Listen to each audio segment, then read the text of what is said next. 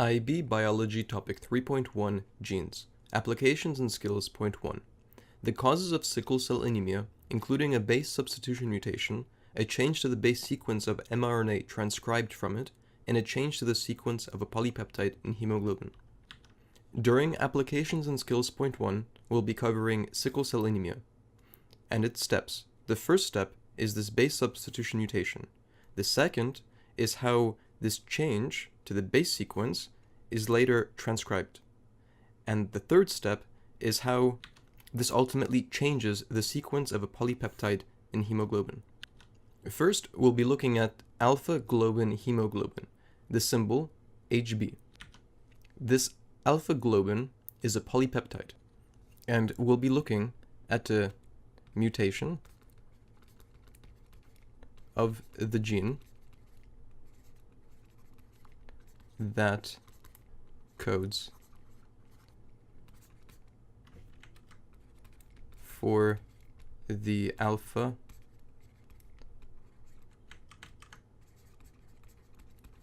globin polypeptide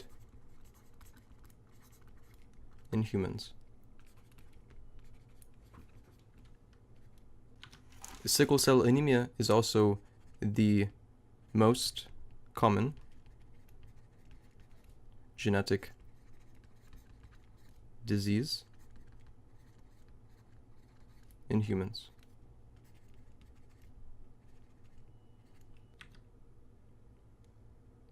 The symbol for alpha-globin hemoglobin is a capital H and a lowercase b.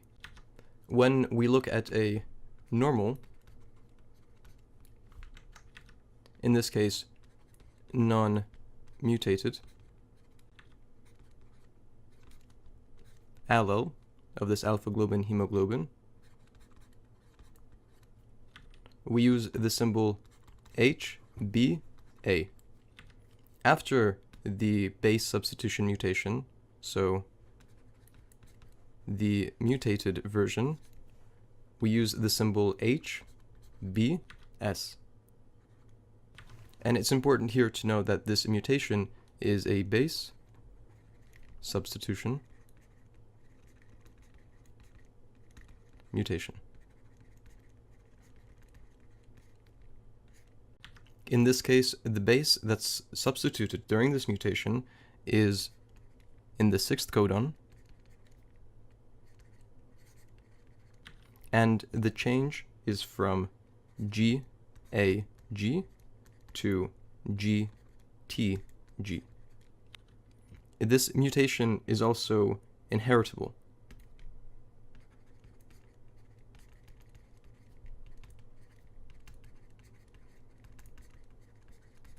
Which means that it will be passed on from parent to offspring if this occurs in a gamete, meaning inside of a sperm or egg cell.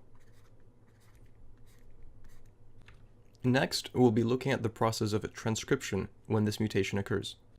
So when HBS is transcribed, and here the S standing for the already mutated allele, we go from what's in the DNA, so GTG,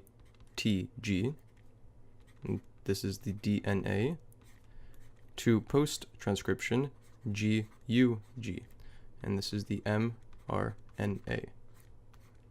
And it's important to remember that all of this occurs inside the 6th codon. The primary effect of this change from normal non-mutated GAG to mutated GTG is that the 6th codon now codes rhaline, which was originally glutamine acid, so not glutamine acid. And glutamine acid is what would be coded if there was no mutation. So here, instead of GTG, we had the normal GAG. Next, we'll look at the changes that occur because of this change, the 6th codon coding rhaline instead of glutamine acid. The first is that it causes hemoglobin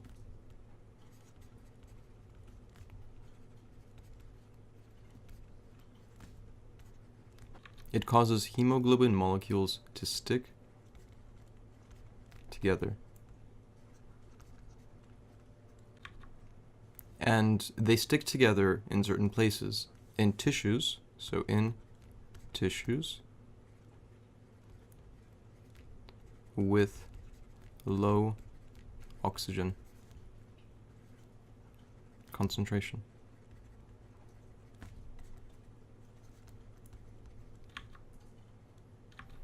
And here, if you can imagine them sticking together, well, they all stick together in one certain spot throughout the body, and too much of anything in a single place was, well, bad. And so this next point is that the bundles of hemoglobin are rigid enough to distort red blood cells into a sickle shape.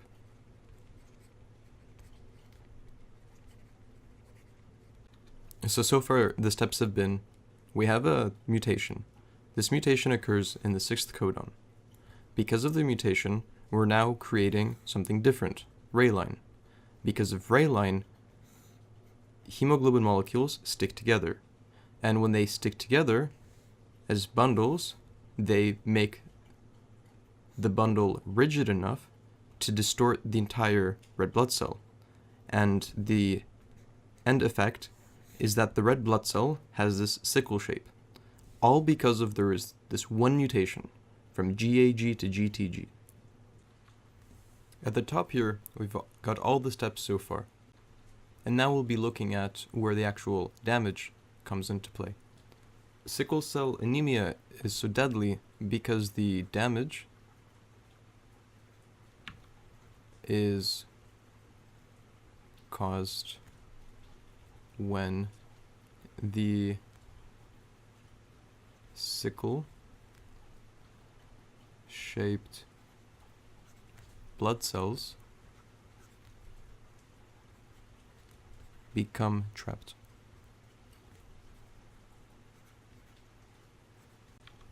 In capillaries.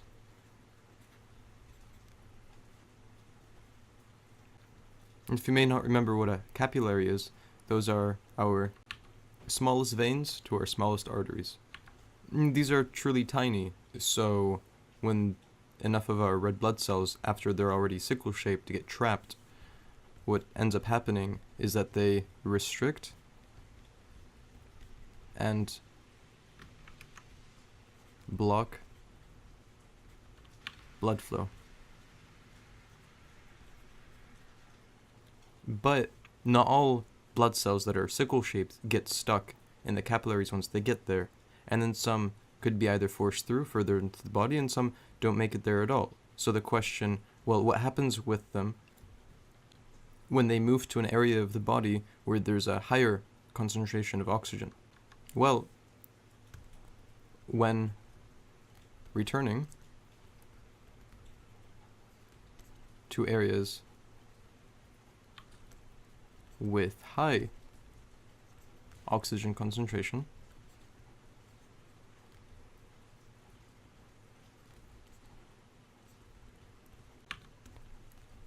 sickle cells return to their normal shape. If this wasn't clear earlier, when a blood cell, even when sickle-shaped, is in an area of normal oxygen concentration, it has a normal shape. When it moves to an area of lower oxygen concentration, because the hemoglobin, the molecules, they clump together and they make that rigid shape, they deform or distort this the cell into the sickle shape. And then as we see from this point here, is that when it moves back into a normal oxygen concentration, it will go back to this shape. But there are consequences for this process happening. Before I move on, Here, I must add that when returning to areas with high oxygen concentration, the hemoglobin bundles are broken up. And so this is what you see here. We see a cell, even if it has affected hemoglobin molecules, although in normal oxygen concentration, they become rigid when moving to lower concentration, and then they're broken up once more when moving back to normal oxygen concentration. These consequences are first that the entire process happens cyclically,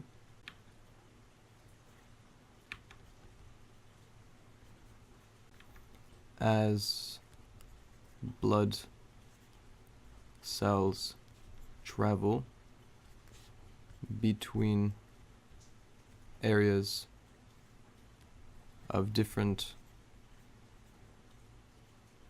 oxygen concentration.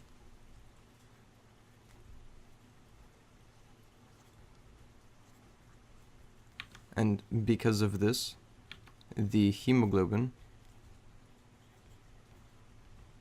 and plasma membrane become damaged over time.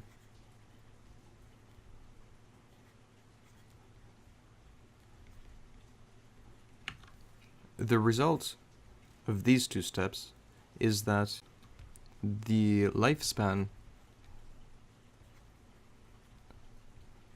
of a red blood cell may be reduced to as little as 4 days. And then because of this, the body cannot replace blood quickly enough,